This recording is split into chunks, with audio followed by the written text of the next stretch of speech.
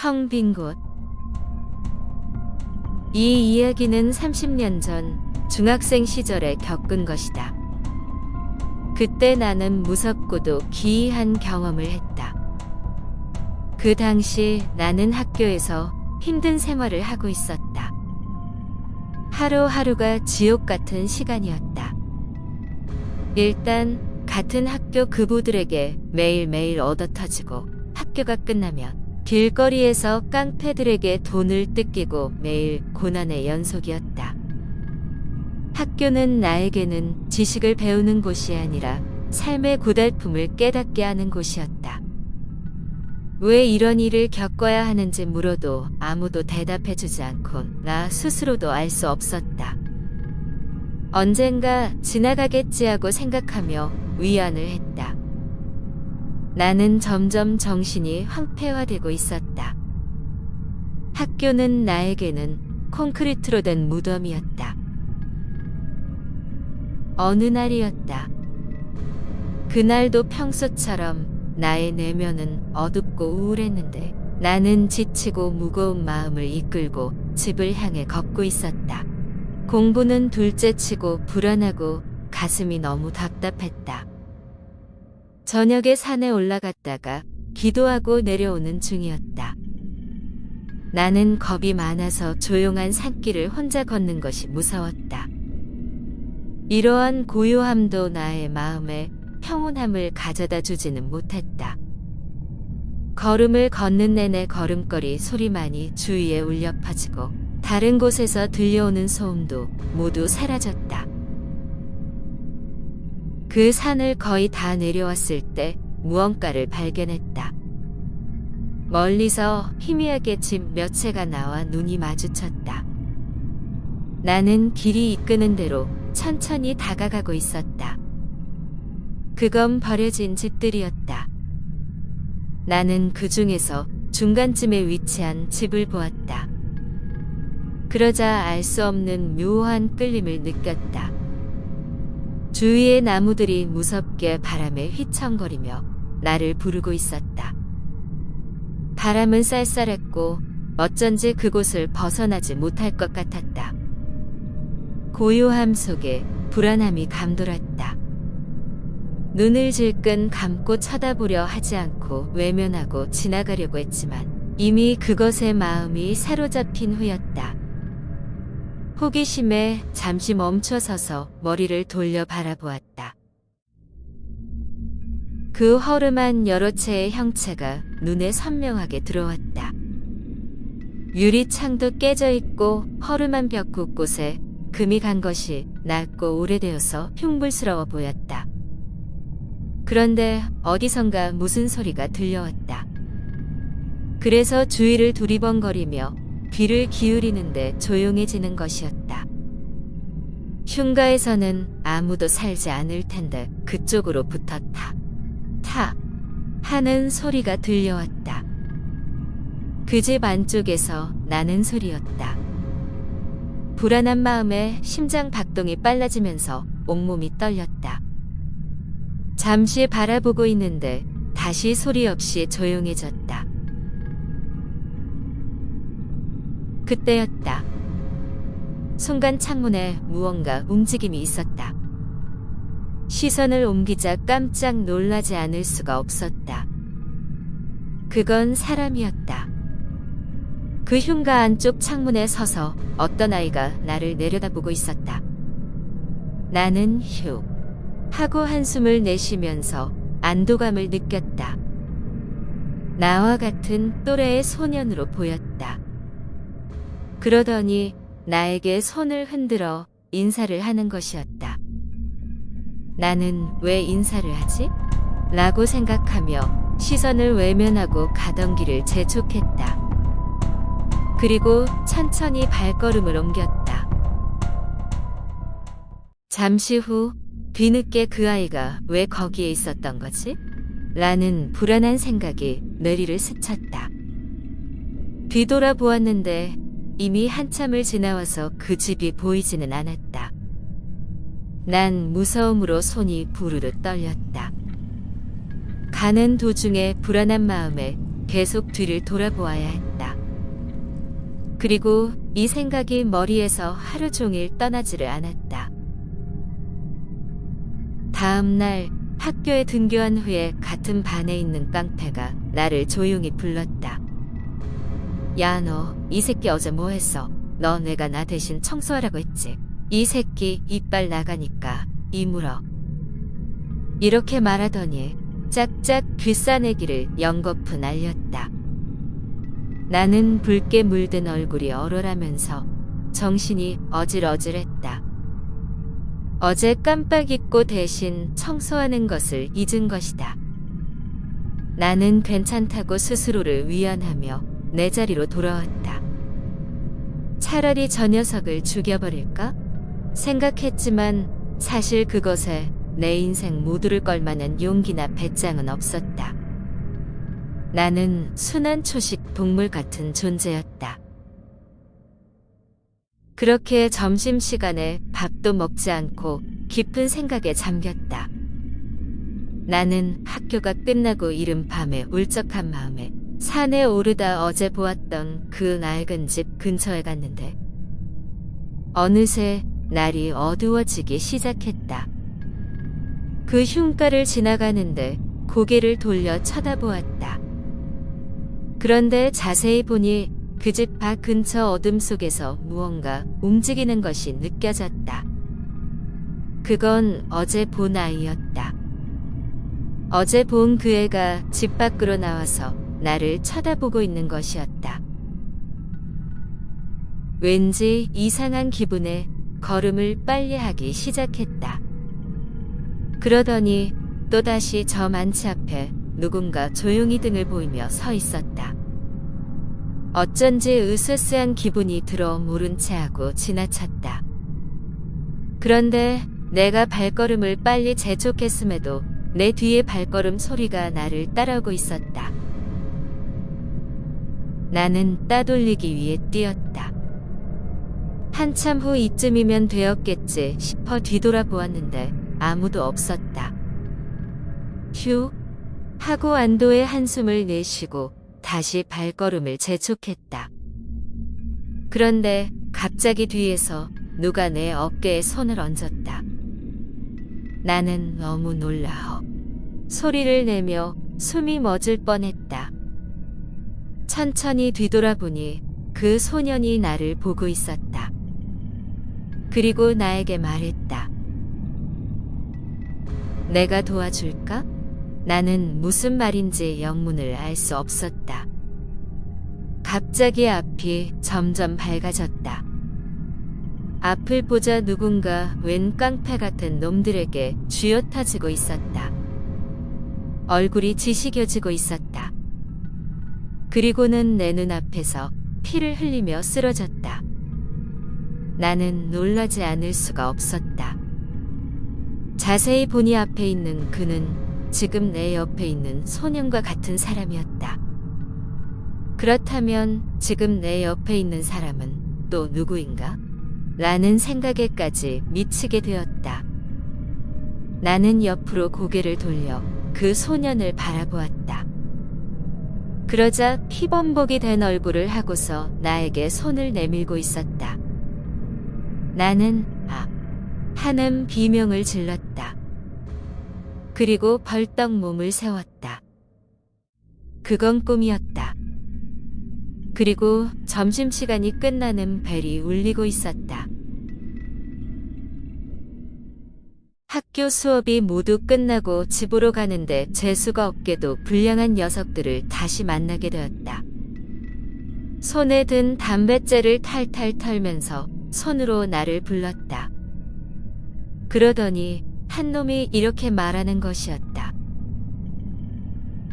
야, 이 새끼 저 버려진 흉가에 보내볼까?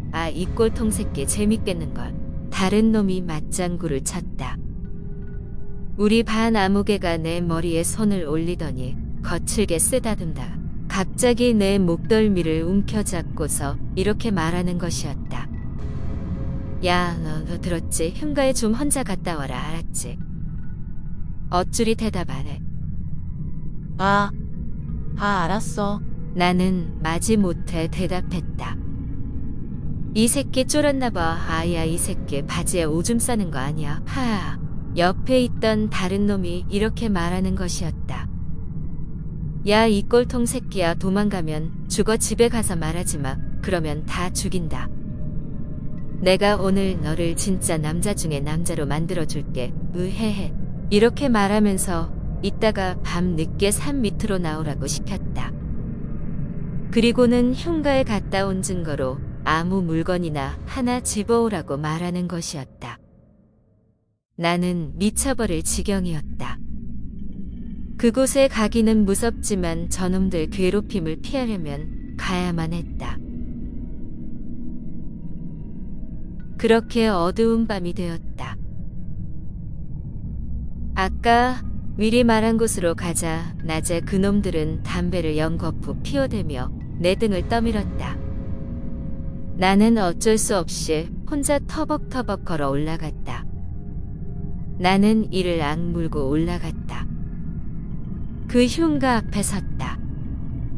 그 흉가는 정면에서 나를 바라보고 있었다. 입을 벌리고 곧 나를 삼킬 기세였다. 다리가 후들거렸다. 들어가야만 하는데 몸이 말을 듣지 않았다. 악을 쓰면서 천천히 나아갔다. 그런데 바람이 심하게 불더니 문이 활짝 열리면서 쾅 소리가 나는 것이었다. 그래서 깜짝 놀라 기절할 뻔했다. 난 이건 도저히 할 수 없다고 판단해서 그냥 내려가려고 했다. 그냥 뒤돌았는데 익숙한 냄새가 났다. 담배 냄새였다. 헉! 하고 발로 내 배를 힘껏 밀었다. 그놈들이었다. 야, 이 새끼 왜 그냥 가. 뒤에 돌아 다시 가. 내 뒷목에 옷깃을 잡고 끌고 갔다. 그 집을 가까이 갈수록 두려움은 커져갔다. 그 집은 나를 기다리고 있었다. 나를 잡은 놈이 그 집의 문을 열었다. 그러자 먼지가 날렸다. 그러더니 현관에서 그 속으로 나를 밀어넣고서는 문을 쾅 하고 닫더니 이내 문을 못 열게 길바닥에 버려져 있던 끈을 주워서 현관문 손잡이를 묶어서 잠가버렸다. 그러나 밖에서는 웃는 소리가 몇 번 들리더니 쥐 죽은 듯이 조용해졌다. 모두 나만 놓아두고 떠난 것이다. 그리고 창문을 통해 나가야겠다고 생각하는데 갑자기 집안에서 소리가 들렸다. 심장이 두근거렸다. 누가 이쪽으로 오고 있었다. 거실 끝 방문이 열리고 누군가 나왔다. 그것은 사람의 모습이 아니었다. 온통 얼굴에 붕대를 감고 있었다. 그러더니 내 쪽으로 천천히 다가오기 시작했다. 숨이 쉬어지지 않았다. 질식해서 죽을 것 같았다. 내 앞까지 다가와서 멈추어 섰다. 그 얼굴에는 피가 흘러서 온통 붕대를 적시고 있었다. 나는 정신을 잃었다. 얼마쯤 시간이 지났을까? 눈을 떠보니 문이 열려 있었다. 그리고 그 귀신은 온데간데 없이 더 이상 보이지 않았다.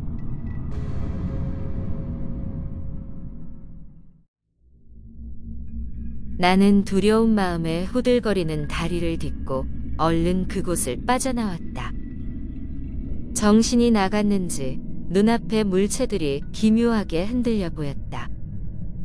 산을 거의 다 내려왔을 무렵 그 깡패 놈들을 또 맞닥뜨렸다. 저 새끼 봐, 저 얍삽한 새끼 어떻게 나왔냐? 우연히 지나가던 우리 학교 아이들도 내 모습을 보더니 손가락질하며 갑자기 킥킥대기 시작했다. 야, 이 새끼야, 뭐 가져왔어? 뭐야? 없어? 다시 안 가? 이 또라이 새끼 다시 안 가? 안 돼. 뒤 귀신 있어 안 돼 하고 내가 말했다. 이 새끼가 거짓말을 하네? 라고 하더니 쩍 소리를 내며 내 뺨을 후려 갈겼다. 나는 어쩔 수 없이 다시 뒤돌았다. 나는 다시 그곳으로 향하기 시작했다. 오르는 동안 나는 너무 긴장해서 온몸에서 땀이 비오듯 쏟아지고 있었다. 손이 경련을 일으키듯 저절로 흔들거리고 다리도 춤을 추듯 제멋대로 움직였다. 입에서는 알 수 없는 헛소리가 흘러나왔다. 나는 공황 상태 속에서 점점 미쳐가고 있었다. 살아있는 것이 신기할 정도였다. 정신이 혼미해서 겨우 간신히 버티고 걷고 있었다. 그 흉가에 거의 다다르자 그곳에 그 낡은 집들은 떡하니 서 있었다. 나는 아무것도 못하고 그냥 한참을 서 있었다. 입에서는 나도 모르는 말이 계속 흘러나오고 있었다. 그러자 뒤에서 누가 나를 퍽 하고 발로 세게 찼다. 계속 가라고, 이 또라이 빙신 새끼야. 그놈들이 뒤에서 나를 따라온 것이었다. 그때였다. 그 낡은 집안에서 뭔가 깨지는 쨍그랑하는 소리가 났다. 그놈들은 담배를 입에서 떼고는 그 집을 뚫어지게 바라보았다. 뭐야, 너 누구 데려왔어? 에이, 설마? 바람이 불었겠지. 그러자 안에서 누군가 보이기 시작했다. 다들 숨을 죽이고 쳐다보았다. 그러더니 집안에서 웬 사람이 서 있었다. 야, 넌 뭐야? 이 새끼야. 내 옆에서 그 집을 향해 한 놈이 소리쳤다. 그러자 누군가 조용히 집 밖으로 나오는 것이었다. 미끄러지듯이 다가오고 있었다. 그러더니 그 모습이 희미한 불빛 속에서 점차 분명해지고 있었다. 이놈들은 그 모습을 보고 얼굴이 하얗게 질려 소리쳤다. 저거 뭐야? 저거 뭐야? 모두 부들부들 떨면서 겁에 질려 있었다. 다가오는 사람의 얼굴에서 피가 줄줄 흐르고 있었다. 내가 꿈에서 본 소년과 같은 모습이었다. 옆에 있던 녀석들 중 단지 2명만 남기고 모두 달아났다. 남은 한 놈은 바닥에 넘어져 주저앉아 있고 다른 놈은 눈을 크게 뜨고 서 있다가 이렇게 말하는 것이었다. 너? 사람이지? 아니야? 하긴 상관없어 하더니 그냥 그 유령 소년에게 달려들었다. 그러더니 근처에 가기도 전에 갑자기 입에 거품을 물고 쓰러졌다. 나머지 놈도 그 소년에게 주먹을 휘둘러댔다. 그 소년은 공중에 떠서 뒤로 물러났다. 그리고는 나에게로 날아오는 것이었다. 내 어깨에 손을 얹더니 그러자 순간 나는 부들부들 떨리면서 그 소년이 내 눈앞에서 보이지 않았다. 갑자기 내 몸이 뜨거워지면서 알 수 없는 힘을 느꼈다. 난 깊은 곳에서 분노가 끓어올랐다. 나는 그 남은 한 놈에게 뛰어갔다. 그 놈은 나에게 주먹질을 해댔다. 나는 맞아도 전혀 아프지 않았다. 주먹이 계속 날아왔다. 난 반사적으로 그 놈의 손목을 잡았다. 그리고 녀석의 가슴을 한 대 치고 머리를 몇 대 후려치자 눈이 풀린 상태로 주저앉았다. 잠시 후 정신을 차리고 보니 지금 벌어진 광경이 믿어지지 않았다. 내가 저놈을 쓰러뜨렸다니. 그 후 놈들을 더 이상 마주치지 못했다. 끝까지 남았던 2놈 중 한 명은 그 흉가로 다시 찾아가서 불을 지르려고 했는데 미수에 그쳤다고 한다. 그러나 그것 때문인지 알 수 없는 이유로 정신이 나가서 헛소리하며 돌아다녔다고 한다. 그 일이 있은 지 얼마 후 남은 한 명은 알 수 없는 이유로 죽었다. 들리는 말에 의하면 돌연사라고 했다. 나는 그 후에 수전증 비슷하게 몸이 이유 없이 가끔 떨리곤 했는데 병원에서도 그 이유를 찾지 못했다. 어떤 분의 충고로 나는 명동 성당 지하 기도실에서 기도하면서 좋아졌다. 그러나 그때의 트라우마는 지금도 남아있다. 그리고 들리는 소문에는 그 집에 어떤 소년이 살았었는데 가슴 아프게도 학교 급보들의 폭력으로 죽었다는 소문을 들었다. 어딘지는 밝힐 수 없지만 지금도 그곳에서는 어쩌다 가끔 귀신이 목격되고 있다. 그때를 통해 굳이 몰랐으면 더 좋을 것을 배웠다.